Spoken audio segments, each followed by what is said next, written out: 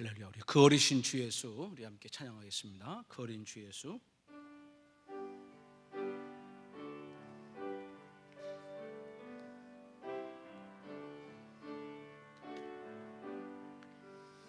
그 어린 주 예수 늘 자리 없어 그 귀하신 몸이 구유에 있네. 저 하늘의 별들 반짝이는데 그 어린 주 예수 돌 위에 사네. 저 육축 소리에 아기 잠깨나 그 순하신 예수 우시지 않네. 귀하신 예수 나 사랑하니 새날이 밝도록 함께 하소서. 주 예수 내 곁에 가까이 계셔 그 한없는 사랑을 베푸시고 온 세상 악인을 다 품어주사 주 품 안에 안겨 살게 하소. 참 반가운 송 다 이리와 베들레헴 성 안에 가봅시다. 저 구유에 누이신 아기를 보고 엎드려 절하세. 엎드려 절하세. 엎드려 절하.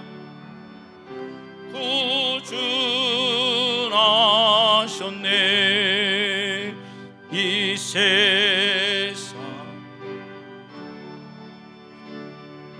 높이 불러서 강활한 천지에 울리어라. 주 하나님 앞에는 영광을 돌려 엎드려 절하세. 엎드려 절하세. 엎드려 절하세.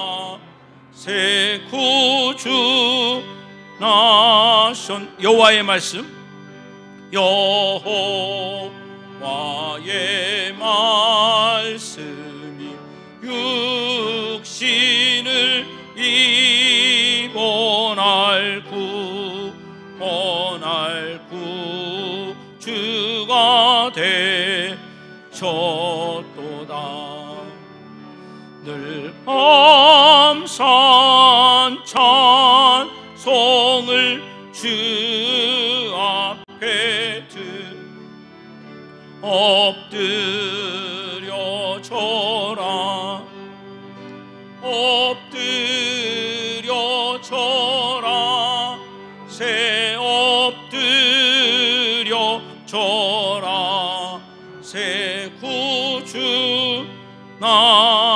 엎드려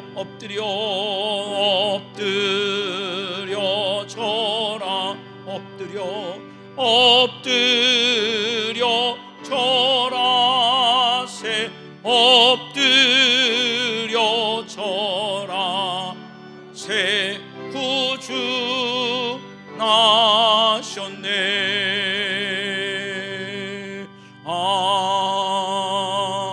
아멘. 이제 우리 다 같이 조용한 기도 드리심으로 주 리브 예배를 우리 하나님께 드리겠습니다.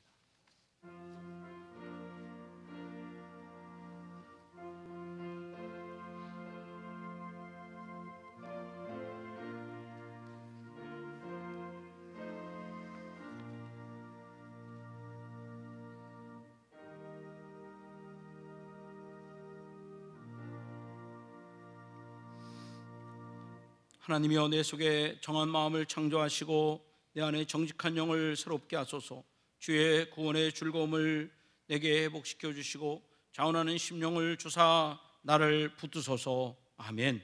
살아계신 아버지 하나님, 인간의 몸을 입고 이 땅에 오사 온 인류의 죄를 대속하여 주신 주님의 은혜를 높이 찬양하는 이 아침이 되기를 원합니다. 예배하는 자들이 신령과 진정으로 예배하게 하여 주시옵고 하늘의 하나님의 능력과 권세가 우리 심령 가운데 충만히 거하는 복 있는 시간이 되기를 원합니다. 민족과 가정과 교회의 죄악을 가슴 아파 해통하며 통곡하며 기도하는 그런 마음을 허락하여 주시옵고 회개하는 마음으로 주 옆에 나가는 이 한 시간이 되어지기를 원합니다. 우리 모두가 하나의 된 마음으로 한 분 하나님께 신령과 진정으로 예배하게 하여 주시옵고 하나님 받으시 합당할 기뻐할 만한 은혜의 자리가 되게 하여 주시옵소서. 예수님의 이름으로 간절히 기원하옵나이다. 아멘. 다 자리에서 일어나셔서 우리 찬송 15장 찬양하겠습니다.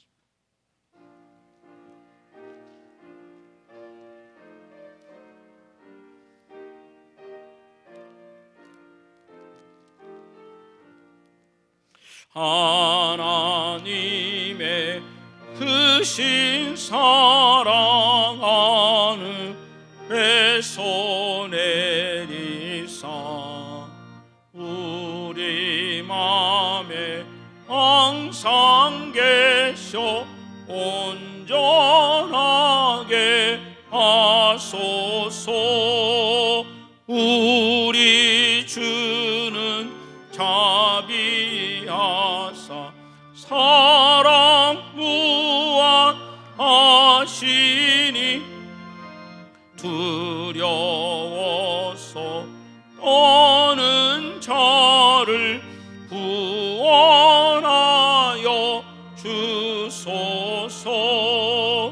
걱정 근심 많은 자를 성령 감화하시며 복과 은혜 사랑받아 편안하게 하소서. 처음과 끝이 되신 주님 항상 인도하셔서 마귀 유혹하는 것을 속히 끊게 하소서. 전능하신 아버지여 주의 능력 주시고 우리 맘에 임하셔서 온전하소서. 주께 영광 항상 천사처럼 섬기며 주의 영영토록 찬송하 하게 하소서. 우리들이 거듭나서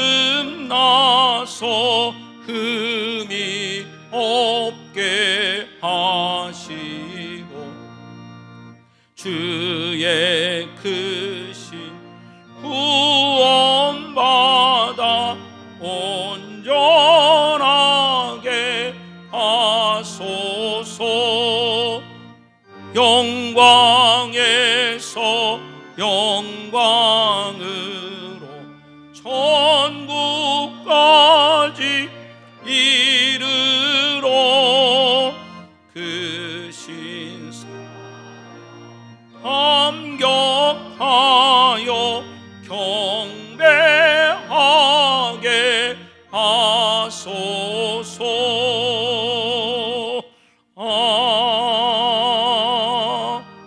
아멘.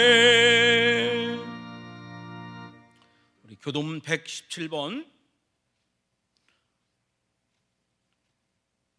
교도문 117번 구주광님 세 번째.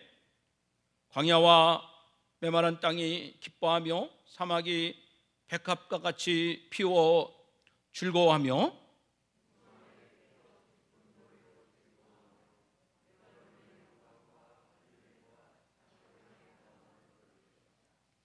그것들이 여호와의 영광 곧 우리 하나님의 아름다움을 보리로다.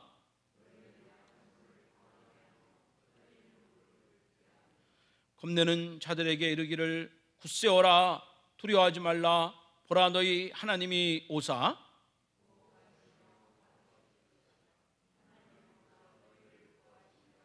그때 맹인의 눈이 밝을 것이며 못 듣는 사람의 귀가 열릴 것이며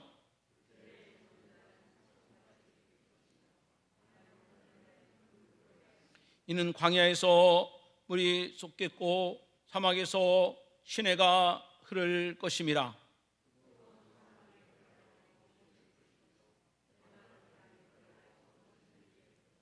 식량에 눕던 곳에 풀과 갈대와 푸들이 날 것이며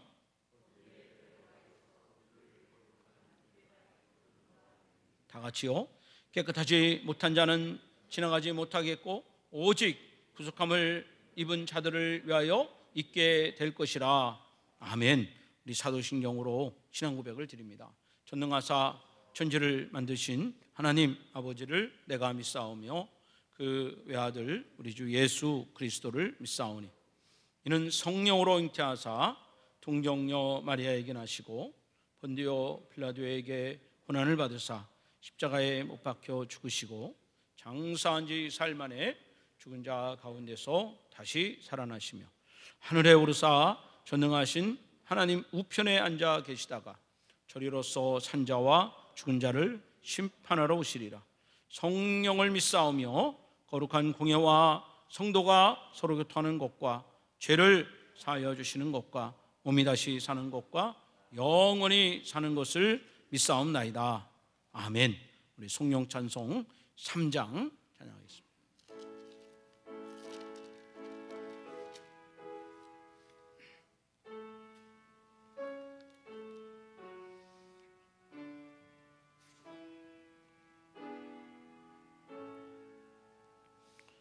성부 성자와 성령 찬송과 영광 돌려보내세.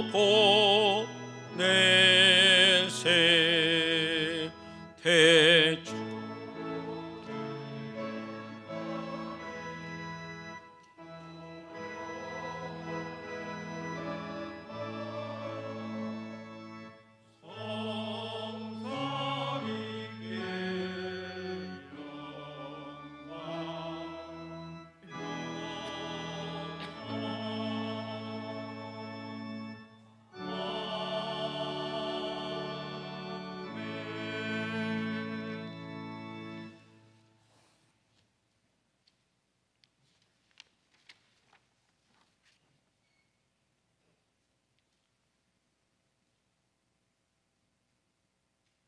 우주 만물을 말씀으로 창조하셨고 역사와 저희들의 삶의 주관자가 되어주시는 전능하신 하나님 아버지, 오늘도 저희들이 호흡하며 생명력 있는 삶으로 살아가게 하시고 이 좋은 날을 택하시어 주님을 경배하고 찬양하는 마음을 부어주시니 먼저 감사의 말씀을 올립니다.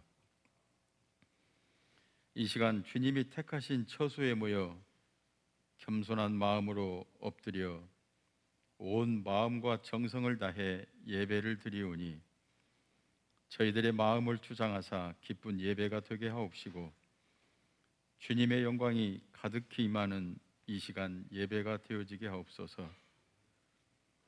주님이 주신 2020년이 어느덧 마무리 시점에 와 있습니다. 올 한 해를 돌이켜볼 때 연초에 많은 계획과 결심을 세웠으나 저희는 연약한 인간인지라 결심과 결단력이 부족하여 감사드릴 결실을 다 갖추지 못하였고 주님 앞에 부끄러운 모습으로 나왔사오니 다만 주님의 사랑과 은혜로 남은 기간 동안이라도 의미 있고 가치 있는 일을 잘 마무리하여 주님께 기쁨과 영광을 돌려드리는 시간들이 되어지게 저희들을 인도하여 주시기를 원합니다. 주님께서는 저희에게 오직 너희를 위하여 하늘의 보물을 쌓으라고 말씀하셨습니다. 저희가 세상의 욕망을 바라보고 추구하는 자가 아니라 하늘의 것을 바라보며 소망을 품는 자로 되게 하여 주심을 감사드립니다. 저희가 잠시 잠깐 누리다가 사라질 안개와 같은 세상의 것들을 누리다가 사라질 것에 소망을 두지 않고 하늘의 복을 바라는 자로 살아가기를 소망하오니 저희의 눈을 열어 하늘의 영광을 바라보게 하옵소서. 70년 전 이 지역에 소망을 담아 교회를 준비하게 하여 주셨고 영혼 구원의 사명을 감당하게 하심에 감사를 드립니다. 주님의 원하심을 따라 주님의 삶을 본받고 따르는 교회로 삼아 주셨사오니 이 시대를 비추는 등불로서 역할과 세상을 정화시키는 소금의 역할을 다할 수 있는 주님의 교회가 되어지길 원합니다. 이제 저희가 주님의 말씀을 듣습니다. 주님께서 보내주신 주의 사자 장성구 목사님께 성령의 권능이 쏟아지는 능력의 말씀이 선포될 때 그 말씀이 저희의 삶을 변화시키며 말씀을 굳게 붙들고 믿음의 길에서 승리하는 악을 물리치는 저희들이 되어지게 하옵소서. 예배를 마치고 당회로 보입니다. 이 시간에도 성령님이 함께 하셔서 한 해 동안 교회를 위해 수고하고 봉사한 자들의 손길을 어루만져 주시고 1년간의 살림살이와 내년에 교회를 위해 봉사하고 헌신하는 임원들의 마음을 추장하시어 은혜로운 당회가 되어주실 것을 믿사옵고 이 민족에게 긍휼을 베푸시는 예수 그리스도의 이름으로 감사하며 기도드리옵나이다. 아멘.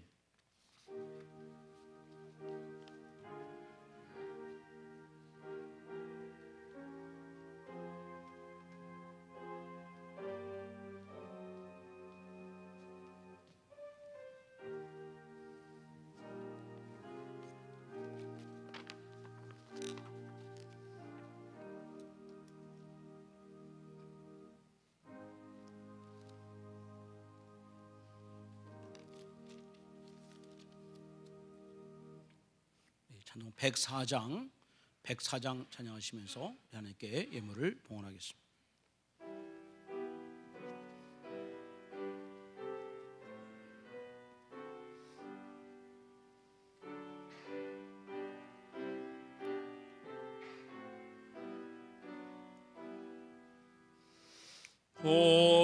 보도소서 임마누엘 오 구하소서 이스라엘 그 포로 생활 보달파 메시아 기다립니다.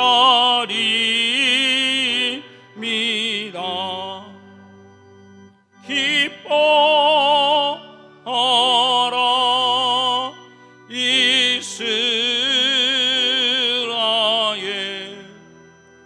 곧 오시리요 임마누엘. 곧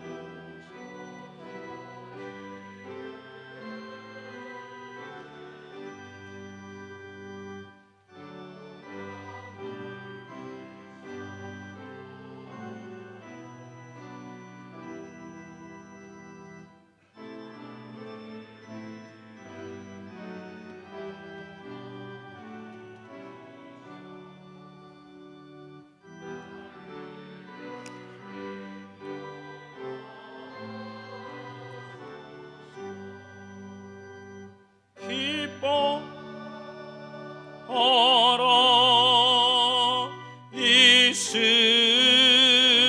이스라엘, 곧 오시리요 임마누엘. 곧 오소서 소망의 주, 만 백성 암만 이루어 시기와 분쟁 없애고 참 평화 채워 주소서. 기뻐하라 이스라엘, 곧 오시리요 임마누엘. 아멘.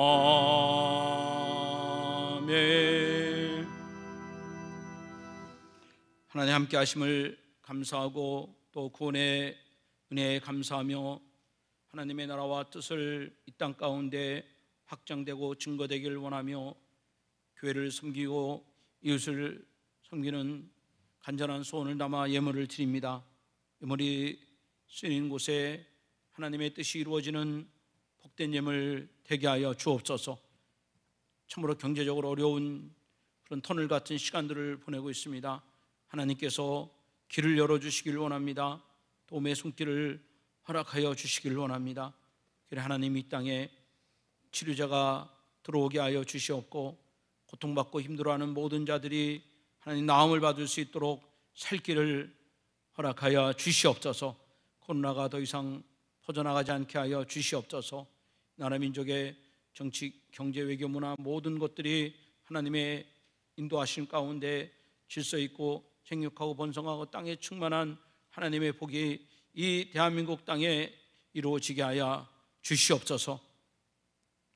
오늘도 하나님 여러 가지 환경과 상황으로 예배의 자리에 나오지 못한 분들을 주님이 이루하여 주시옵고 있는 곳에서 더욱 간절한 마음으로 하나님의 음성을 듣게 하여 주시옵고 간절한 기도를 드리게 하시고 하나님과 하나 되는 복된 만남을 그곳에서도 허락받게 하여 주시옵소서. 우리 자녀들 어느 곳에 있든지 다 하나님의 오른손에 붙잡혀 살아가게 하시고 길이 열려지길 원합니다. 주여 대입의 문을 열어주시고 취업의 문도 열어주시고 특별히 결혼의 문을 열어주시고 태의 문을 열어주셔서 하나님 다 믿음의 가문을 아름답게 이어갈 수 있는 우리 자손들 다 되게 하여 주시옵소서. 감사하며 예수님의 이름으로 축복하며 기도드리옵나이다. 아멘. 교회 소식을 말씀드리겠습니다. 오늘 일부 예배 때 저희 교회 김정순 성도님 등록을 하셨는데 한옥마을에 살고 계십니다. 그 전에 교회를 이렇게 다니시다가 한동안 교회를 이제 다니지 않다가 다시 저희 전주교회 등록을 하셔서 신앙생활을 하시게 됐습니다. 여러분 환영해 주시길 바라고요. 오늘 2부 예배 후에 이 자리에서 당회가 진행될 예정입니다. 우리 임원들은 당회 보고서를 작성하시고 당에 참석해 주시길 바랍니다. 우리 하반기 성경 암송대회가 교육부 주최로 진행이 되는데 다음 주일날 오후 1시에 돼 있는데 우리가 그 점심 시간 문제로 인해서 그냥 그 다음 주일날 2부 예배를 제가 시간을 잘 조절해서 이렇게 2부 예배 끝나고 그냥 곧장 이 자리에서 성경 암송대를 하려고 그래요. 따로 시간을 따로 안 갖고 제가 예배 시간을 잘 조절해서 성경 암송대를 연이어서 이렇게 하려고 그럽니다. 여러분들이 많이 좀 참여를 해주시길 바라고요. 이렇게 로마서가 좀 어렵다는 얘기를 듣는데 로마서를 부담이 되시는 분들은 이게 7월부터 12월까지 말씀만 외우셔도 좋습니다. 그래서 로마서를 같이 외우시면 더 감사하고요. 그렇게 하셔서 한 주간 동안 잘 준비하셔서 풍성한 말씀 잔치가 되도록 여러분도 함께 하시길 바랍니다. 우리 성탄 축하 예배가 12월 25일 금요일 날 있고요. 오늘 우리 교회 강단 양식은 우리 정기란 권사님, 최성숙 장로님 결혼 기념 감사로 강단 양식을 드립니다. 지금까지 하나님의 은혜로 두 분 잘 살아오셨고 하나님의 큰 축복을 받으셨는데 하나님께서 이후에 더 건강 주시고 자손의 복을 주시고 또 하나님께 크게 쓰임 받는 우리 장로님 부부가 되시기를 축복합니다. 12월 오늘에 만나는 베드로 전후서 여러분 보시면 되겠고요. 12월 암송 말씀은 로마서 12장 2절 말씀입니다. 성경 30독 24독을 읽었습니다. 최성숙 장로님 2독, 김경자 권사님 2독, 6독이 남았는데 여러분 6독을 누가 채울지 참 기대가 됩니다. 12월 며칠 안 남았는데 다 가지기 전에 여러분 꼭 1독을 하시고 한 해를 지나가시면 고맙겠습니다. 오늘 함께 은혜 받을 말씀을 보겠습니다. 누가복음 3장. 누가복음 3장 3절에서 6절. 누가복음 3장 3절에서 6절.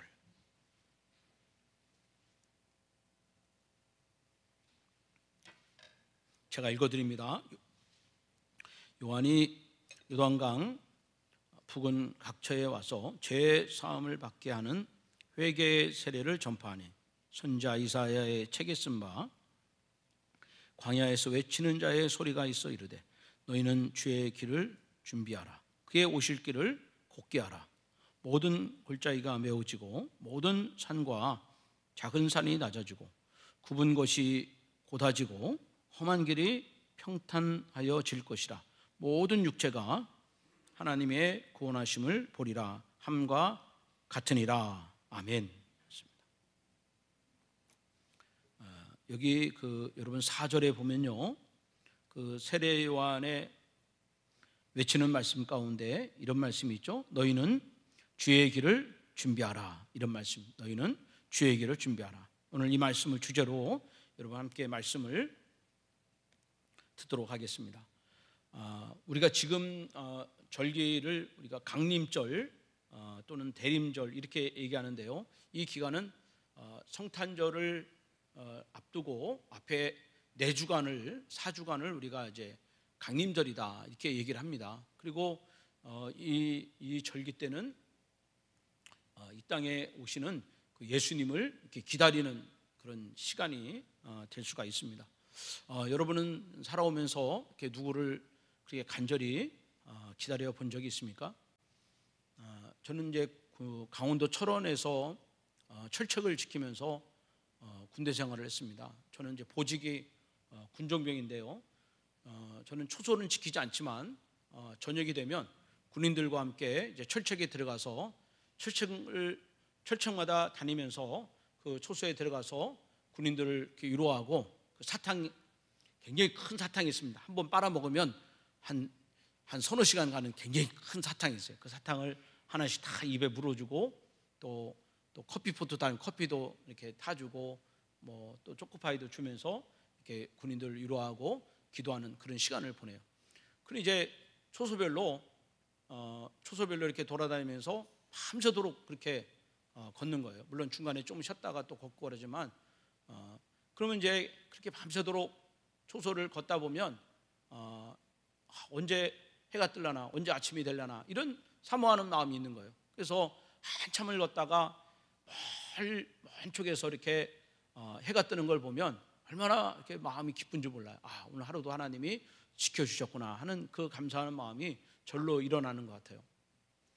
결혼한 신랑 신부에게 가장 중요한 기다림은 아기를 낳는 거죠. 가정에 새 아기, 정말 축복의 통로지 않습니까? 제가 전에 있던 교회에 그 지사님 한 분이 결혼하고 8년 동안 아기가 없었어요. 그 지사님 매년마다 신년 그 기도 제목이 임신하게 해달라는 거예요. 우리 집에 아이를 달라는 게 기도 제목이에요. 그러니까 저도 사실은 무거운 책임감을 가지고 늘 기도하는 거예요. 하나님, 저 가정에 아기를 달라고, 임신하게 해달라고 늘 이렇게 그 기도를 습관처럼 이렇게 합니다. 근데 어느 날 그 지사님이 전화가 왔어요. 전화인데 그 내용이 그런 거예요. 목사님, 저 임신했어요. 그러면서 병원에서 진단받고 그 결과를 이렇게 전해주는데 얼마나 기쁘고 흥분되게 막 그렇게 얘기를 했는지 꼭 제가 임신한 것 같더라고요. 그 지사님이 기뻐하는 그 소리가 말이죠, 전화선을 통해서 제 마음에게 들려오는데 참 너무너무 감사하더라고요. 우리는 살아가면서 이렇게 기다림의 연속 속에서 우리의 시간들을 채워가는 것 같아요. 근데 여기 오늘 본문에 보면 이사야의 그 예언을 인용을 하면서 말씀을 증거하고 있는데, 이스라엘 백성들은 바벨론의 포로가 되어서 거기서 종살이를 하고 있었는데, 그들에게 있어서 기다리면 바로 메시아를 기다리는 거예요.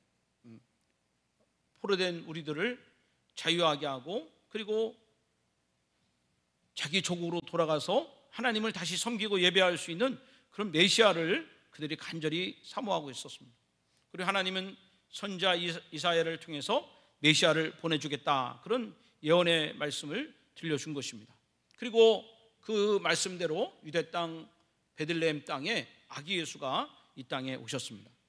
그 예수 그리스도가 이 땅에 오실 때 그 전에 6개월 전에 먼저 이 땅에 오셔서 그 예수 그리스도의 오심을 준비한 사람이 한 명 있었는데, 그 사람의 이름이 세례 요한이었습니다. 세례 요한이 광야에서 이렇게 외치고 있습니다. 거기 4절의 말씀을 보면 선지자 이사야의 책에 쓴 바 광야에서 외치는 자의 소리가 있다 그랬어요. 그리고 너희는 주의 길을 준비하라, 그런 말씀했어요. 너희는 주의 길을 준비하라. 그래서 사례 요한은요, 주의 길을 준비하라 이렇게 우리에게 말씀하시면서 어떻게 우리가 주의 길을 준비해야 되느냐, 이거를 다시 말씀드리면, 성탄을 기다리는 우리들은 어떻게 성탄을 기다려야 되는가. 그냥 시간이 지나니까 12월 25일이 됐구나, 이런 기다림이 아니라는 것입니다. 이 세례 요한은요 이렇게 말씀했어요. 너희는 주의 길을 준비하라, 그 다음에 그의 오실 길을 곧게 하라, 그런 말씀을 전해주고 있습니다. 그러면서 3절에 보면 주의 길을 준비하는 자들에게 주시는 하늘의 메시지가 있는 거예요. 3절에 보면 요한이 요단강 부근 각처에 와서 죄 사함을 받게 하는 회개의 세례를 전파하니 그랬습니다.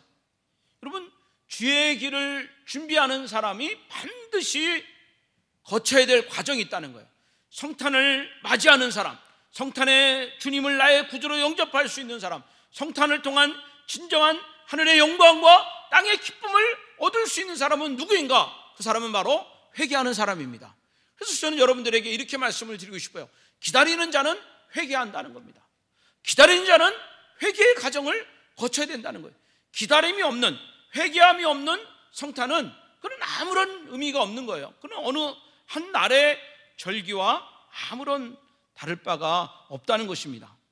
우리가 어떻게 생각해 보면 회개와 성탄은 잘 어울리지 않는 단어처럼 들릴지 모르겠어요. 회개는 너무나 이렇게 그 이미지가 무거운 이미지잖아요. 그러나 성탄은 얼마나 밝습니까? 얼마나 즐겁고 환합니까? 그러나 여러분, 이것은 회개와 성탄은 아주 완벽한 커플이에요. 성탄과 회개는 떨어질 수가 없는 것입니다. 왜 그런 거 아니? 성탄의 기쁨은 회개하는 자에게만 주어지는 거예요. 회개하는 자에게 하나님이 성탄의 영광을 누릴 수가 있고, 회개하는 자만이 성탄의 진정한 의미를 깨달을 수 있기 때문에 그렇습니다. 회개는 결코 슬픔의 언어가 아닙니다. 어두움의 단어도 아닙니다. 회개는 주님을 만나는 기회이며 놀라운 변화의 시작이 될 것입니다. 미국 시카고 해몬드 제1교회의 잭 하일즈 목사는 그는 설교 때마다 이렇게 외친다고 합니다. 여러분은 죄인입니다. 우리의 죄를 회개하지 않으면 아무 희망도 소망도 없습니다. 절대로 행복할 수 없습니다. 죄의 문제를 해결하지 못한다면 당신에게 무서운 하나님의 진노가 임할 것입니다. 여러분, 회개하십시오. 이 목사님 매주마다 강단에서 회개의 말씀과 하나님의 진노를 계속해서 증거하는 거예요.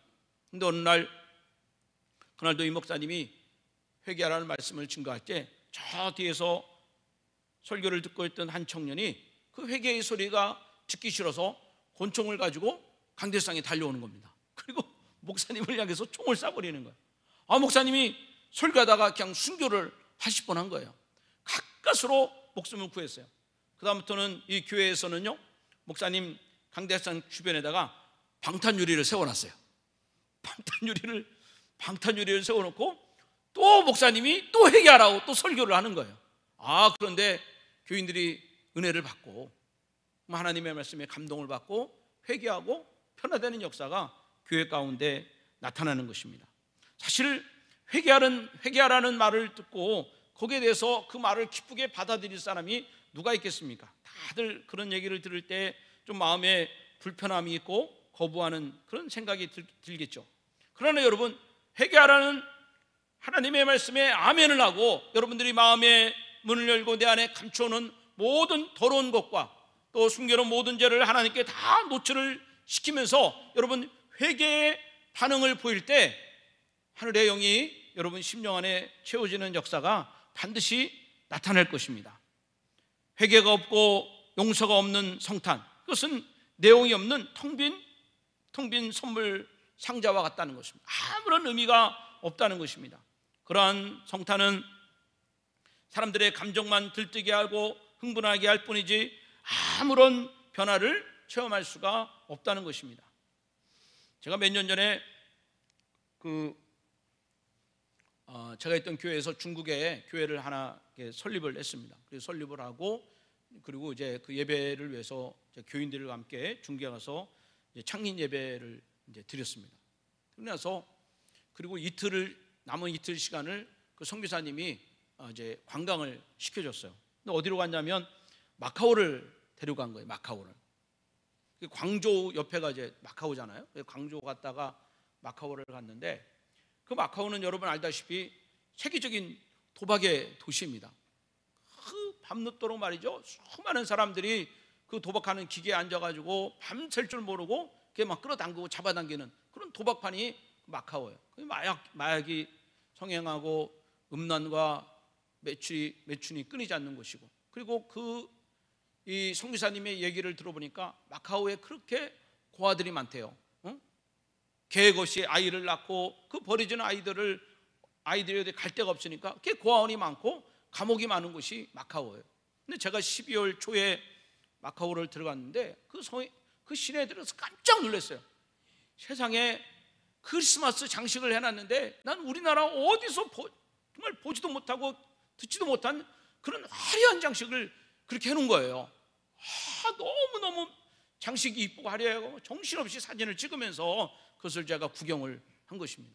근데 여러분, 그런 화려한 크리스마스 장식이 있고 번쩍이는 전국불이 있지만 과연 그 안에 예수가 있는가? 그 안에 있는 사람들이 그 번쩍이는 성탄의 장식을 보면서 예수 그리스도를 사모하며 기다리고 있는가? 그렇지 않아요. 그런 화려함이 있지만 그 화려함 속에 여전히 사람들은 죄악의 길을 머습지 않고 서슴지 않고 여전히 죄악의 길을 걸어가고 있는 거예요. 성탄의 주님이 이 땅에 오시지만 그들은 여전히 하나님의 말씀을 등지고 여전히 죄악의 길을 걸어가고 있는 거예요. 도시에 성탄의 캐롤이 많이 들리지만 여기저기 싸우는 소리가 들려오는 것입니다. 더러운 일들과 악한 일들이 그 안에서 자양되고 있는 거예요. 그리고 25일이 지나면 그들은 아무런 생각도 없이 또 이전에 해왔던 그런 일들을 습관적으로 반복을 하게 된다는 것입니다. 그들에게 있어서 성탄은 어떤 의미가 있는가? 어떤 능력이 있는가? 아무런 일도 일어나지 않는다는 것입니다. 그래서 여러분, 예수 그리스도를 기다리는 그런 강림절의 가장 중요한 핵심적인 단어는 회개입니다. 회개.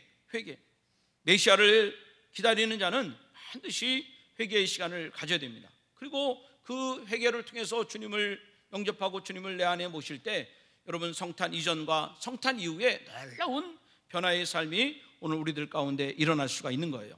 그러면서 여기 세례 요한은 이사야의 글을 인용하면서 우리가 구체적으로 어떻게 우리가 회개해야 될 것인가, 이것을 우리에게 언급하고 있습니다. 5절 말씀을 한번 같이 읽어봅시다. 5절 말씀입니다. 5절 시작. 모든 골짜기가 메워지고 모든 산과 작은 산이 낮아지고 굽은 것이 곧아지고 험한 길이 평탄하여 질 것이요. 그렇습니다. 자, 그 이사야의 예언에 의하면 이스라엘 백성들이 70년 바벨론 포로 생활을 하고 그 기한이 끝나면 그들이 다시 예루살렘으로 돌아오게 됩니다. 근데 그 예루살렘에 돌아오는 기한에는 이스라엘 백성들만 돌아오는 것이 아니라 하나님이 함께 예루살렘에 돌아오신다. 그래서 이거를 일명 왕의 기한이다, 이렇게 얘기합니다. 왕의 기한. 그래서 이사야는 이렇게 얘기하는 거예요. 왕이 돌아온다는 거예요. 왕이 하나님의 땅에 들어오신다. 그리고 그 왕이 돌아오는 그 길을 어떻게 하라? 곧게 하라는 거예요. 곧게 하라. 그 왕이 돌아오는 길을 준비하라는 것입니다. 그럼 여러분, 우리는 하나님께서 이스라엘 백성들에게 광야에다가 아스파스 공사를 하라는지 무슨 토목 공사를 하라는 그런 얘기가 아니에요. 여러분, 사막에다가 도로를 깔고 그리고 왕이 오실 길을 준비하라는 그런 얘기가 아닙니다. 여기 길을 곧게 하라 하는 얘기는 우리의 심령을 얘기하는 거예요. 하나님 아들 예수 그리스도를 맞는 자들이 어떤 마음의 상태로 우리가 주님 오심을 준비해야 되는가, 이것을 이야기하고 있는 것입니다. 5절을 다시 보면 골짜기가 있습니다. 근데 여러분, 길을 만들기 위해서는 골짜기를 어떻게 해야 돼요? 골짜기를 메워야 되는 것입니다. 골짜기를 메워야 되는 거예요. 골짜기는 메웠고 또 산이 있습니다. 길이 되기 위해서는 그 산을 어떻게 해요? 그 산을 다 깎아서 그 산을 낮춰야 되는 거예요. 또 굽은 것이 있습니다. 꼬불꼬불하면 여러분 길 다닐 수가 없는 거, 불편하잖아요. 그 굽은 길은 어떻게 합니까? 곧아지게 하는 것입니다. 일자로 쭉 나가게 하는 것입니다. 그 다음에 험한 길이 있으면 어떻게 합니까? 그것을 평탄하게 하라는 거예요. 평탄하게 하라.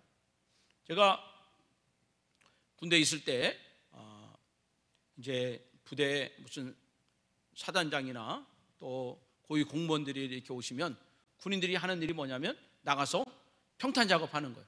삽 들고 나가서 그 작업하는 게 군인들이 하는 일입니다. 예.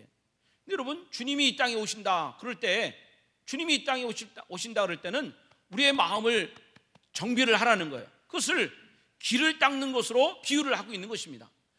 가만히 아무런 생각 없이 그저 성탄을 기다리고 주님을 맞이해서는 그 주님을 우리 안에 모실 수 없다는 거예요. 우리의 마음을 잘 굳게 하고 우리의 길을 평탄하게 만들라는 것입니다. 그 첫 번째가 뭐냐? 골짜기를, 여기 말씀, 골짜기를 메우라는 것입니다. 골짜기를 메워라. 이런 골짜기 사이가 있다면 어떻게 그 길로 사람이 다닐 수가 있어요? 그 골짜기를 메워서 그 메워진 사이로 길을 만들고 그리고 다니게 하라 이것입니다. 그 나만 장군이 그가 나병에 걸려서 엘리사를 찾아왔습니다. 그리고 그 엘리사를 통해서 치유받기를 원했는 거죠. 나만이 엘리사를 찾아갈 때 그는 자기가 그런 생각을 했어요. 자기가 나만이 엘리사를 만나면 그 주의 종이 그저 신발도 신지 않은 채 버섯발로 와가지고 자기를 잘 영접하고 잘 환대해주고 그리고 자기 머리에 안수를 했어서 내 병을 고쳐줄 것이다. 그렇게 자기 나름대로 생각을 한 거예요. 그런데 엘리사가 어떻게 된 일인지 한 말도 없지, 나와보지도 않고 요단강 가서 7번 씻으라, 그렇게 이야기를 해요. 그럼 우리 같으면 그것도 감지덕지하고 들어갈 텐데 나만이 기분 나빠가지고 내가 왜 이런 대접을 받느냐, 왜 내가 이렇게 무시를 받느냐, 난 기분 나쁘다. 그래가지고 요단강 들어가지 않고 그냥 가는 거예요. 나만이 바로 그런 골짜기의 사람입니다. 하나님의 말씀을 들었을 때 그걸 감정적으로 그 말씀을 대응하는 거예요. 하나님의 말씀을 들었을 때 그 말씀을 받아들이지 않고 교만한 태도를 보이는 것입니다. 하나님의 말씀을 들었을 때 그걸 자기 판단대로, 그걸 자기 나름대로 해석을 하는 겁니다. 그러니 하나님의 말씀이 들어오지가 않는 거예요. 하나님의 말씀이 내 마음속에 열매를 맺지 못하는 거예요. 그리고 변화없는 그런 신앙생활을 할 수밖에 없어요. 요한복음 11장에도 보면 그런 동일한 일이 벌어집니다. 그 마리아 마르다 오라비 나사로가 죽었을 때 예수님이 그 장례식장을 찾아갔어요. 그리고 마르다에게 말하기를 저 죽은 나사로 그 무덤을 막고 있는 돌을 바위돌을 옮겨놔라 그랬어요. 그러면 옮겨놓으면 됐는데 마르다가 그러는 거예요. 그 소용없는 짓이라는 거예요. 왜 그런 짓을 왜 하느냐 이거예요. 이미 오빠가 죽어서 지금 시신이 썩고 있는데 왜 우리가 돌을 옮겨놓느냐, 우리 못한다, 냄새난다, 어렵다, 그렇게 이야기를 하는 것입니다. 여러분, 이것이 바로 다 의심의 골짜기예요. 주님이 내 안에 오셔야 되는데, 여러분, 하나님의 말씀이 내 안에 임해야 되는데, 내 안에 기적이 일어나야 되는데, 내 안에 하나님의 생명이 일어나는데 나는 교만함과 나의 판단과 나의 기준과 나의 경험으로 하나님의 말씀을 다 무시하고 내팽개친 채 하나님의 말씀의 영향력을 전혀 받지 않은 채 그렇게 살아가고 있는 거예요. 예수님이 38년 된 그 베데스다 환자를 찾아갔어요. 그리고 환자에게 뭐라고 예수님 물어봤어요. 내가 낫고자 하느냐? 아유, 당연하지요. 당연히 낫고자 원하죠. 당연히 일어나기를 원하죠. 그걸 예수님 몰라서 질문하십니까? 근데 이 38년 된 환자는 그것이 아니라는 거예요. 38년 동안 누워있으면서 낫고자 하는 소망이 잃어버린 것입니다. 38년 동안 잊으면서 자기 몸에 대한 미래가 없어진 거예요. 나는 이제 끝났다는 것입니다. 나는 이렇게 살면서 내 인생은 종쳤다, 이런 생각을 갖고 있는 거예요. 주님이 내가 낫고자 하느냐, 이 질문 안에는 너는 다시 나을 수 있는 희망이 있느냐, 내가 너를 통해서 낫고자 하는 믿음이 있느냐, 이것을 주님이 물어보는 것입니다. 여러분, 우리나라가 코로나로 인해서 교회 안에 코로나가 들어오면서 많은 분들이 교회를 떠나가고 있고 믿음에서 멀어진 분들이 많이 있어요. 또 신앙생활을 하면서도 오늘 우리는 이 나만같이 마르다 같은 신앙의 태도를 많이 보일 때가 많이 있습니다. 뭐 기도한다고 뭐 되겠느냐, 그렇게 기도한다고 되겠느냐, 뭐 이 시국에 예배 드린다고 되겠느냐, 뭐 말씀 본다고 되겠느냐. 우리는 하나님의 말씀을 그대로 믿음으로 받아들이지 못하고 멀리 서 있는, 골짜기에 서 있는 그 사람 마냥 그저 하나님의 말씀을 조롱하고 비난하고 그 하나님의 말씀을 껍데기만 바라보는 채 살아가는 그런 신앙생활들이 오늘 우리에게 참 많이 있다는 것입니다. 여러분, 그렇지가 않습니다. 역사의 주관자는 하나님이십니다. 하나님이 하시는 거예요. 나는 다만 기도하고 나는 다만 영광의 하나님께 찬양하고 예배드릴 때 하나님은 그 예배를 받으시고 하나님은 그 기도를 들으시고 하나님은 누구도 알 수 없는 기적의 역사를 하나님 베풀어 주시는 겁니다. 코로나가 오면서 참 저에게는 그런 영적인 외로움이 있습니다. 제가 한 번은 교회에서 기도를 하다가 혼자 벌떡 일어났어요. 하나님, 나 기도 못하겠습니다. 나 정말 힘들어서 내가 외로워서 기도 못하겠습니다. 나 저절로 말입니다. 그 기도가 저절로 나는 거예요. 왜 하나님 나만 이렇게 고생을 해야 되나요? 왜 하나님 나만 이렇게 엎드려 있어야 됩니까? 막 그런 마음이 드는 거예요. 이것이 얼마나 교만한 생각인가, 잘못된 생각인가 하는 것을 제가 회개를 했습니다. 사랑하는 여러분, 하나님은 지금도 우리의 모든 행위를 다 지켜보고 계시는 거예요. 내 기도하는 거, 내가 말씀 묻는 거, 내가 순종하는 거, 내가 하나님을 찾는 간절한 마음, 하나님은 다 지켜보고 계시는 거예요. 어떤 목사님이 목회를 하면서 너무 목회가 힘들어서 낙심을 하고 있는데 그 꿈에 그런 꿈을 꿨어요. 이 목사님이 그 앞에 큰 바위덩이를 하나 만났는데 그 바위덩이를 이렇게 이 목사님이 망치로 바위덩이를 막 깨기 시작하는데 아무리 바위덩이를 깨도 바위덩이가 금도 안 가고 심지어는 그 때려도 때린 표시도 안 나는 거예요. 한참을 몇 시간을 그렇게 두드리다가 지쳐가지고 이 그냥 망치를 그냥 내려놓은 겁니다. 그랬더니 옆에 있는 어떤 사람이 와서 이렇게 물어봐요. 왜 하던 일을 그만두려느냐, 그렇게 질문하는 거예요. 이 목사님이 소용없습니다. 아무리 때렸는데 이 바위는 끄떡도 안 합니다. 이게 아무런 열매가 없습니다. 그랬더니 그 옆에 분이 두고 그렇게 얘기하는 거예요. 아마 천사 같아, 천사. 그것은 너와는 아무런 상관이 없는 일이다. 응? 부서지고 안 부서지는 것은 네 책임 아니다는 거예요. 네가 하는 일은 그저 망치로 두들기는 것뿐이라는 거예요. 바위가 깨지든 안 깨지든 너는 너의 일만 하면 된다는 거예요. 그리고 그 결과는 하나님의 손에 달려있다는 거예요. 그러면서 계속해서 그 일을 하라, 그렇게 얘기합니다. 이 목사님이 그 얘기를 듣고 다시 힘을 얻어서 다시 망치를 가지고 바위를 깨니까 이번에는 그 바위가 산산조각이 나서 다 깨져버렸다는 거예요. 목사님 그 꿈속에서 바위가 깨지는 그런 그 꿈을 꾸고 다시 힘을 내서 목회를 시작을 했다는 것입니다. 여러분, 낫게 하는 것은 하나님이에요. 나만이 하는 일은 그저 낫든지 안 낫든지 말씀대로 한 번 들어가고 두 번 들어가고 세 번 들어가고 네 번 들어가고 계속 들어갔다 가다 보면 하나님이 하나님의 때, 하나님의 약속의 때에 그 모든 질병을 깨끗게 하시는 것입니다. 나사로를 살리는 것은 주님이 하시는 일이에요. 다만 힘들고 어려워도 돌문을 옮기는 일에 최선을 다하다 보면 하나님께서 그 문 사이로 죽은 나사로를 살리게 하는 그런 은혜가 있게 될 줄로 믿습니다. 오늘 우리도 마찬가지입니다. 교회의 부흥과 우리 가정의 평강과 우리 모든 일들의 주관자는 하나님이 하시는 겁니다. 하나님, 다 하나님이 하시는 거예요. 여러분 마스크 쓰셔서도 아멘 하셨죠? 예? 모든 것의 주관자는 하나님이십니다. 나는 그 하나님을 멀리서 골짜기에서 멀리 바라보지 말고 여러분 내 마음을 믿음으로 합하고 하나님의 말씀으로 내 영혼을 합해서 그리고 주의 뜻이 나를 통해서 이루어지기를 기도하고 나를 통해서 하나님의 영광이 나타나기를 원하고 나를 통해서 하나님의 말씀이 성취되기를 원하는 마음으로 믿음의 길을 걸어갈 때 주님이 함께 하시고 주님이 함께 할 때 질병이 떠나갈 것이고 함께 하실 때 죽은 자가 일어날 것이고 함께 할 때 못하는 일을 능히 할 수 있는 그런 역사가 나타날 줄 믿습니다. 그럼 오늘 여러분 기도하는 여러분들 심령의 골짜기가 하나님과 여러분 갈라진 골짜기가 다 주의 말씀으로 메워지기를 주님의 이름으로 축원합니다. 거기 5절에 보면요, 골짜기는 메워야 되고요. 그 다음에 여러분 산은 어떻게 해야 돼요? 산은 산은 어떻게 해야 돼요? 산은 낮춰야 되는 거예요. 산은 깎아가지고 산은 어떻게 해요? 낮춰야 되는 거죠. 산은 낮춰야 돼요. 그러니까 여러분 주님을 만나려면, 성탄의 주님을 만나려면 이게 어떻게 됩니까? 겸손해야 된다는 거예요. 겸손해야 돼요. 우리 그 찬송가 있잖아요. 주님 찾아오셨네 모시어 드리세 잘생긴 자 찾도다. 그랬어요? 뭐라 했어요?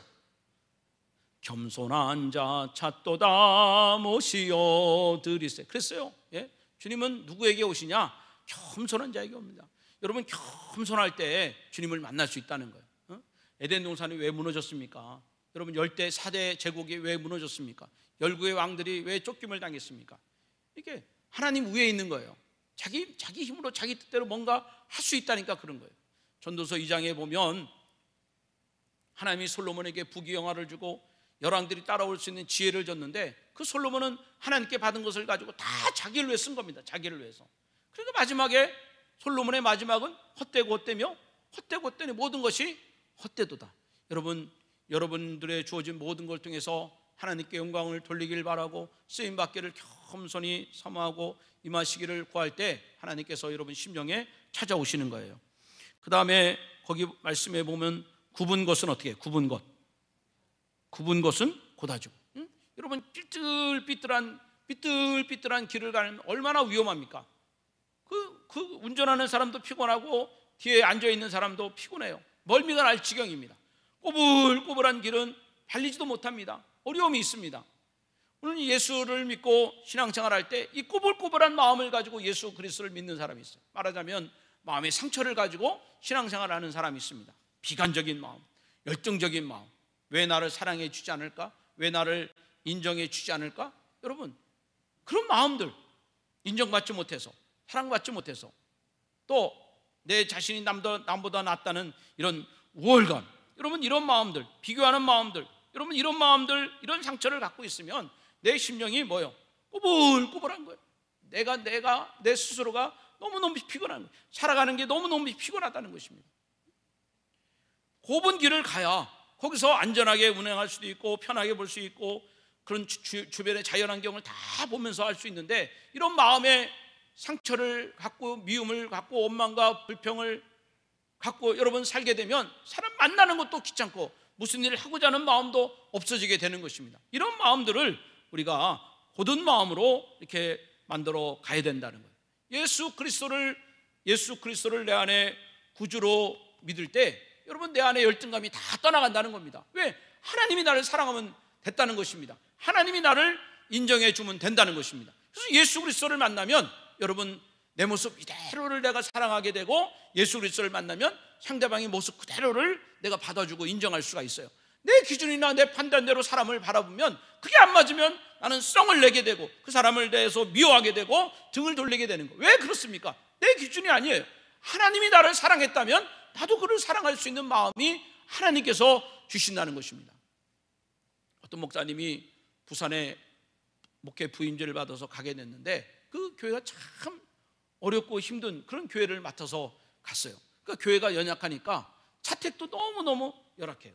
그럼 비가 오면은 그 스레트 사이로 비가 툭툭툭 떨어지고, 또 벽돌로 된 그런 사택인데 여름에는 덥고 겨울에는 춥고, 그리고 집은 좁고, 그런 참 열악한 환경 속에서 불편한 가운데 사택에서 생활을 하는 거예요. 그래서 주변의 친구 목사님들을 만나도 한 번도 자기 사택으로 초청을 안 하는 거예요. 보여주기 싫어가지고 늘 밖에서 그렇게 만나고. 근데 제일 미안한 것은 아이들이에요. 아이들한테 공부방 하나 제대로 마련해 주지 못하고 그렇게 불편한 가운데 살다 보니까 아이들이 늘 미안해요. 그래서 어느 날 중학교 다니는 아들과 초등학교 다니는 아들 둘을 앉혀놓고, 야, 아빠가 이렇게 목회를 하는데 너희들 공부할 수 있는 그런 환경을 잘 마련해 주지 못해서 아빠가 너무 미안하다, 그렇게 참 부끄러운 마음으로 이 아이들에게 이야기를 했어요. 그랬더니 그 말을 들었던 둘째 아들이 이렇게 얘기해요. 아빠, 그렇지 않아요. 작은 집에 사니까 가족끼리 친밀감이 참 더해지는 것 같아요. 그 아이가 그런 얘기를 하는 거예요. 자기도 생각하지 못하는 얘기를 하는 것입니다. 근데 놀라운 일은 이 목사님이 자기 둘째 아들의 이야기를 듣는 순간에 자기 마음속에 있는 상처가 치유가 된 겁니다. 불만 투성이었어요. 미움 투성이었어요. 원망 투성이었습니다. 근데 그 아들이 그런 얘기를 딱 듣는 그 순간에 자기 마음속에 무거운 돌이 다 빠져나가는 것 같은 그런 생각을 갖게 된 거예요. 힘들고 또 어렵고 또 연약한 교회를 목회를 하고 있지만 그런 상황 속에서도 주님께서는 그 둘째 아들의 그 한마디 말을 통해서 이 목사님의 마음을 아주 깨끗하게 치유를 해 주신 것입니다. 여러분, 예수님이 이 땅에 오실 때 주님은 우리의 모든 상한 마음을 치료하기 위해서 예수님은 십자가에 달려 죽으신 것입니다. 그러니까 예수 그리스도가 내 안에 오셨을 때 내 안에 모든 삐뚤어진 마음이 고든 마음으로 주님이 변화시켜 주신다는 겁니다. 여러분, 마스크 쓰셨지만 속으로 다 아멘 한 줄 믿습니다. 주님이 내 안에 오시면 이렇게 뭐 자꾸 내가 이게 사람을 말이죠, 자꾸 이렇게 비판하고 또 사람을 내가 또 깎아 누리고 또 내 자신을 자꾸 높여내고, 여러분 이런 마음들이 다 떠나간다는 거예요. 그리고 그 사람이 나에게 어떻게 하든 간에 내가 흔들림 없는 그런 마음을 유지할 수 있게 된다는 겁니다. 내 마음이 내가 삐뚤어지지 않는다는 거죠. 내 마음을 내가 잘 지킬 수 있는 그런 은혜가 있게 된다는 것입니다. 옛날에 우리 할머니는요, 참 몸이 아프면 무조건 다 빨간 약이에요. 빨간 약. 상처 나도 빨간 약, 어디 뼈도 빨간 약, 화상을 당해도 빨간 약. 그러면 정말 신기하게도 우리 할머니는 빨간 약만 다 바르면 다 나서요. 다 나서요. 여러분, 오늘 우리에게 빨간 약은 예수 그리스도의 보혈입니다. 그리스도의 보혈이요. 그리스도의 보혈이 내게 기름을 받으면, 그리스도의 보혈로 충만하게 되면 상처를 안 받는다는 겁니다. 상처를. 그 사람, 당신이 나 사랑 안 해도 예수님이 나 사랑한다. 당신 나 미워해도 주님이 나 사랑한다. 그러면 되는 겁니다. 내가 그 사람 가지고 내가 상처받고 내가 시험 들고 그럴 필요가 없다는 거예요. 그 사람이 어떻게 나를 대하든지 간에 나는 늘 고든 마음을 가지고 이렇게 흔들리지 않게 신앙의 길을 걸어갈 수 있는 것입니다. 그 다음에 여러분 오늘 마지막 말씀해 보면 험한 길이 어떻게 해요? 평탄하게 될 것이다. 험한 길이 평탄한다. 여러분 잘 알고 있는 여호수아 1장 8절에 보면 이 율법책을 내 입에서 떠나지 말게 하며 주야로 그것을 묵상하고 그 안에 기록된 대로 다 지켜 행하라. 그리하면 내 길이 어떻게 된다? 평탄하게 된다. 그리고 내가 형통하리라. 여러분 주님을 기다리는 자는요 하나님 말씀 안에 살아가야 됩니다. 하나님 말씀 안에. 주님을 기다리는 자는 말씀 속에 살아가야 되는 것입니다. 저는 새벽 기도 끝나고 늘 이렇게 아침 말씀을 묵상하면서 그때 그 원고를 쓰고 그럽니다. 참 그러면 얼마나 마음속에 편안이 오는지 몰라요. 그 말씀을 읽다 보면 나는 정말 없고 그 말씀이 나를 다 지배하는 거예요. 뼛속같이 하나님의 말씀이 나를 지배하면 정말 기쁨이 넘치고 소망이 넘쳐요.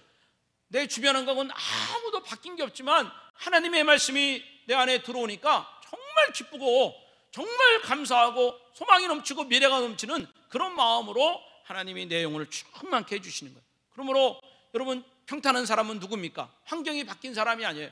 하나님의 말씀을 늘 마음 가운데 모시고 살아가는 사람은 하나님이 그 가는 길을 평탄하게 해주시는 거예요. 그러니까 주님을 기다리는 사람은 평탄한 삶을 살아갈 것이고 평탄한 사람은 하나님의 말씀을 꽉 붙잡고 묵상할 때 하나님이 그렇게 길을 인도해 주시는 거예요.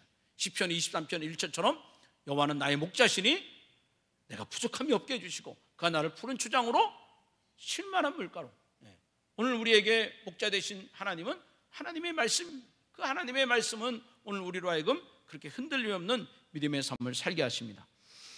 강림절은 주님을 기다리는 절기입니다. 이제 우리는 초림의 주님이 아닌 마지막 날 다시 오시는 주님을 기다리며 살고 있습니다. 저는 여러분 세 가지 말씀을 기억했으면 좋겠습니다. 첫 번째는 회개하며 기다리자. 회개하며 기다리자. 두 번째로는 내 믿음의 자리를 지키며 기다리자. 믿음의 자리를 끝까지 지키며 기다리자. 세 번째로는 상처를 이기며 기다리자.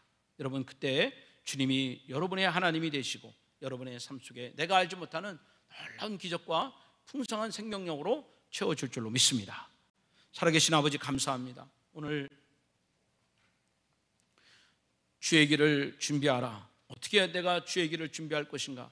어떻게 다시 오실 주님을 내가 기다릴 것인가? 오늘 말씀을 통하여 우리에게 깨달음 주시니 감사를 드립니다. 악한 마음, 더러운 마음, 죄악된 마음 품지 않게 하시고 이 대강절 우리의 모든 악함과 더러움을 다 주님 앞에 내어놓게 하시고 정결하고 깨끗한 마음으로 주님을 모시는 우리들 모두가 되게 하여 주시옵소서. 세상이 어찌하든 또 사람들이 어찌하든 간에 흔들림이 없게 하여 주시옵고 믿음의 주여 온전케 하시는 예수를 바라보고 믿음 안에 주의 길을 걸어가게 하시고 늘 흔들림 없이 하나님이 내게 주신 기도의 자리, 말씀의 자리, 예배의 자리 늘 지키면서 그 안에서 풍성한 하나님의 교제를 누리며 성탄을 맞이하는 우리들 모두가 되게 하옵소서. 예수님의 이름으로 기도합니다. 아멘. 여러분 다 자리에서 일어나셔서 우리 찬송가 122장 참 반가운 성경 1절만 찬양하고 예배를 마치겠습니다. 찬송가 122장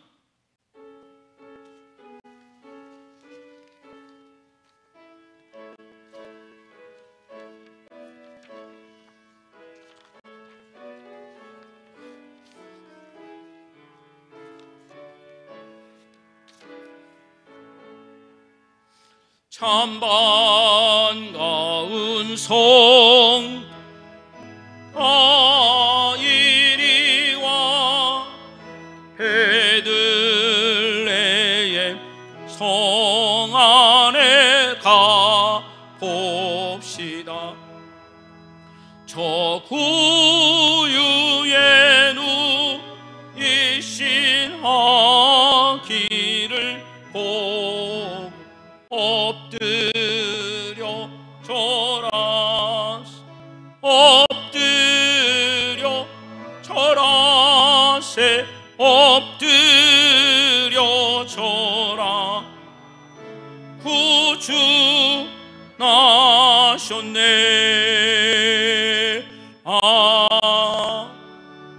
아멘.